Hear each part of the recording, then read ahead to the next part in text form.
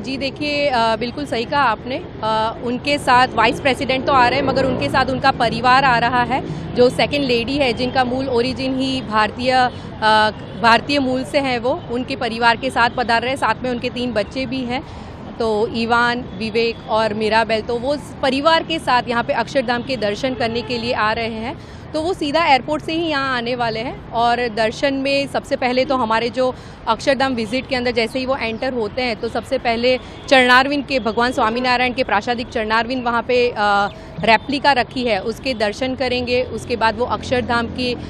Art और architecture के दर्शन करेंगे। साथ साथ में ही हमारे जो संत और माननीय स्वयंसेवक गण हैं, उनके द्वारा वो पूरे अक्षरधाम को बारीकाई से देखेंगे, उसके आर्ट और आर्किटेक्चर को जानेंगे और उसके बाद गर्भगृह में जाके वो भगवान स्वामीनारायण और साथ में हमारे हिंदू धर्म के जो भी प्रमुख देवी देवता हैं उनके दर्शन करेंगे। जी, वैसे तो कहा जा रहा है कि वो 11 बजे के बाद कभी भी आ सकते हैं, तो सीधा एयरपोर्ट से ही आ रहे हैं। तो 11 बजे के बाद जब आते हैं तो मेनली तो ये है कि वो